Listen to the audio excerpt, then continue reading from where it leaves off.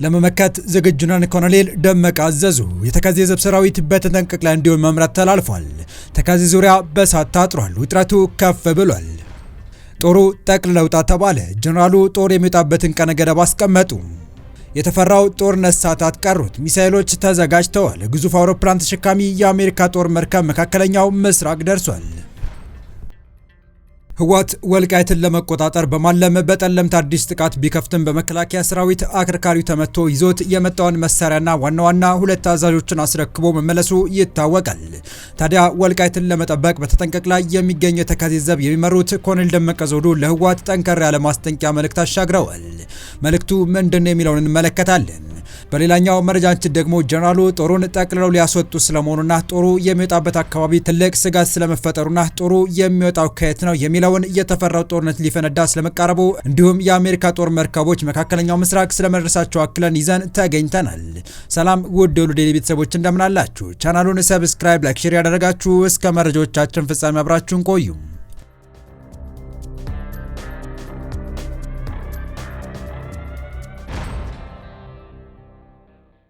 የገና በዓልን በማስመልከት እስከ 25% ቅናሽ ከቪስኮ ዲፕሎማቲክ አፓርትመንትስ ሳይቶቻችን የሚገኙት የሎኬሽን ማተርስ ጥቅም በመገንዘብ የአዲስ አበባ ማዕከል በተደረገው ቁጥር 1 ሳይት 2 ቤዝመንት ፕላስ ግራውንድ ፕላስ 18 ከቴራስ ጋር ሲሆን እንደዚህ ጥንቅቅ ተደርገው የተገነቡ ባለ 3 ሌክዠሪ አፓርትመንት ቤቶች የሚገኙት መስቀል ፍላወር ድሪምላይነር ሆቴል ፊት ለፊት ናዝራ ሆቴል ጀርባ በአራቱም አቅጣጫ ከበቂ በላይ መግቢያ ያለው ዲፕሎማቶች የታዋቂ ሰዎች መኖሪያ በሆነው አካባቢ ሲሆን ባለ 3 መኝታ በ153 እና በ167 ካሬ ያለቁ ዲጂታል ኢካርት ያላቸው ቤቶች እንዲሁም ቁጥር 2 ሳይታችን ኦሎምፒያ ጋዜቦ ወይም ዋሽንግተን አደባባይ አጠገብ አስፋልት ዳር በግንባታ ሽያጭ ላይ ሲሆን ሞሉ 3 ቤዝመንት ፕላስ ግራውንድ ፕላስ 25 የሆነ የንግድና መኖሪያ ቅይጥ ግንባታ የያዘና ድንቅ በሆነ ዲዛይን የተሰራ ሱቆችና ባለ 1 እና ባለ 2 መኝታ አፓርታማ የያዘ ሲሆን እስከ 25% ቅናሽ ይዘንላችሁ መተናል።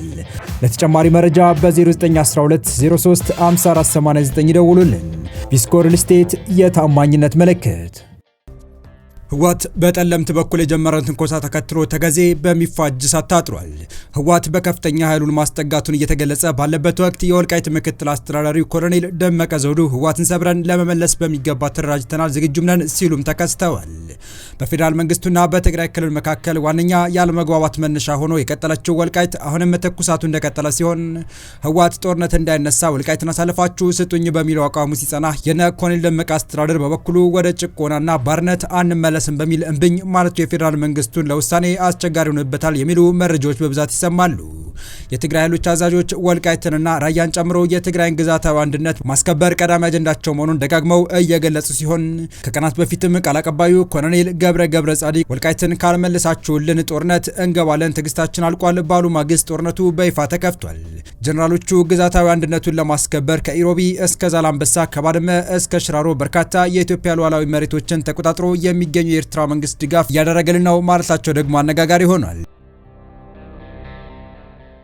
የትግራይ ኃይሎች አዛዦች ሰሞኑን በትግራይ በተደረጉ መድረኮች ላይ ባሰሙት ንግግር የትግራይ ክልል ያስተዳደሩ ወሰን ከሰሜን ኢትዮጵያ ጦርነት በፊት ወደ ነበረበት መመለስ አለበት፣ ይህ ደግሞ ቀዳሚ አጀንዳ አድርገን እየሰራንበት ነው ብለዋል። የትግራይ መሬቶች በወራሪዎች እጅ ይገኛሉ የሚሉት አዛዦች እነዚህ መሬቶች ለትግራይ ህልውና ወሳኝ እንደሆኑ ጠቅሰዋል።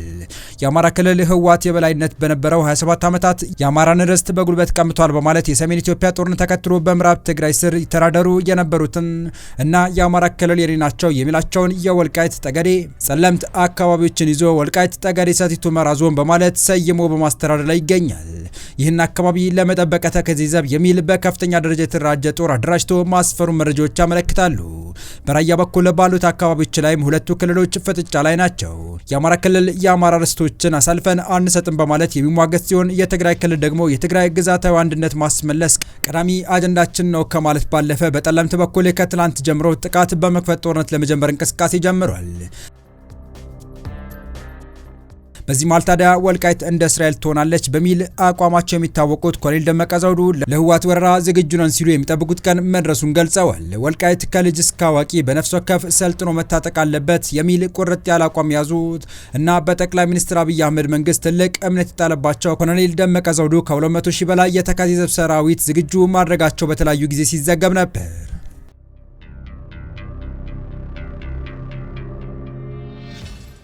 በቀጣይ መረጃ ግዙፍ አውሮፕላን ተሸካሚ የአሜሪካ የጦር መርከብ መካከለኛው ምስራቅ ደረሰ። የባህር ላይ ተዋጊ መርከቦችን ያስከተለው ግዙፍ የአሜሪካን ተዋጊ አውሮፕላኖች ጫኝ የጦር መርከብ ወደ መካከለኛው ምስራቅ መድረሱን ሁለት የአሜሪካ ባለስልጣናት ለሮይተርስ የዜና ወኪል አስታወቁም። ለሳምንታት በኢራን የተካሄደው ህዝባዊ ተቃውሞ ተከትሎ በኢራን ላይ እርምጃ እንደሚወስዱ ሲናገሩ የነበሩት ፕሬዚዳንት ትራምፕ መርከቦቹ ወደ አካባቢ መላካቸውን ባለፈው ሳምንት አሳውቀው ነበር። ተዋጊ አውሮፕላኖችን የጫነው መርከብ ዩኤስ አብርሃም ሊንከን እንዲሁም ሌሎች የሚሳኤል መሳሪያዎችን ወደ መካከለኛው ምስራቅ ያቀኑት በአሜሪካ መከላከያ ማዕከላዊ ዕዝ ትዕዛዝ መሆኑም ተዘግቧል።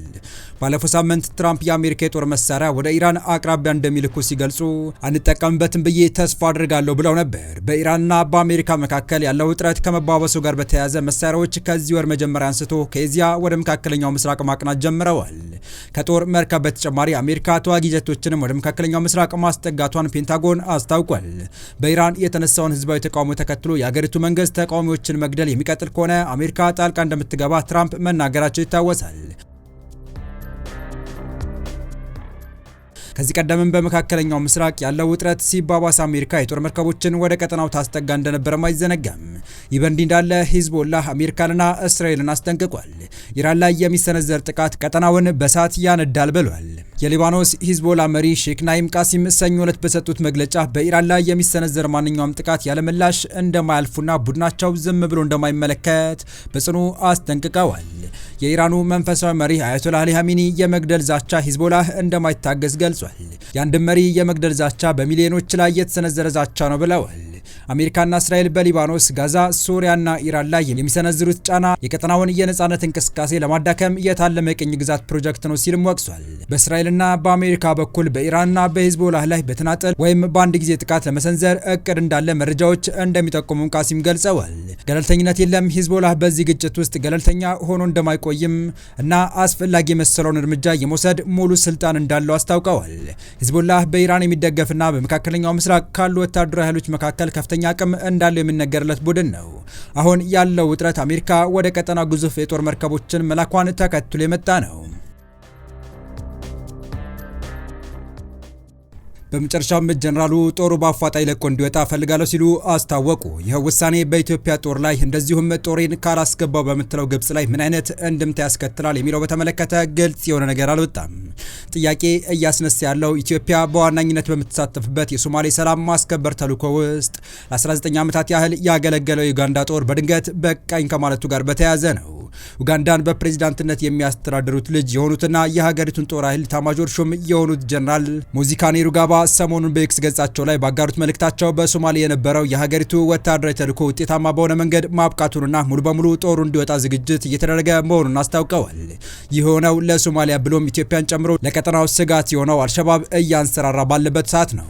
በሶማሊያ በአፍሪካ ህብረት ጥላ ስር የሰላም ማስከበር ተልዕኮ ከሚወጡት ሀገራት መካከል ኢትዮጵያና ኡጋንዳ የጦሩን ከፍተኛ ቁጥር ይይዛሉ። ኢትዮጵያ፣ ዩጋንዳ፣ ኬንያ፣ ቡሩንዲና ጅቡቲ ለዓመታት በሶማሊያ ሰላም ማስከበር ተልዕኮ ውስጥ የተሳተፉ ሀገራት ናቸው።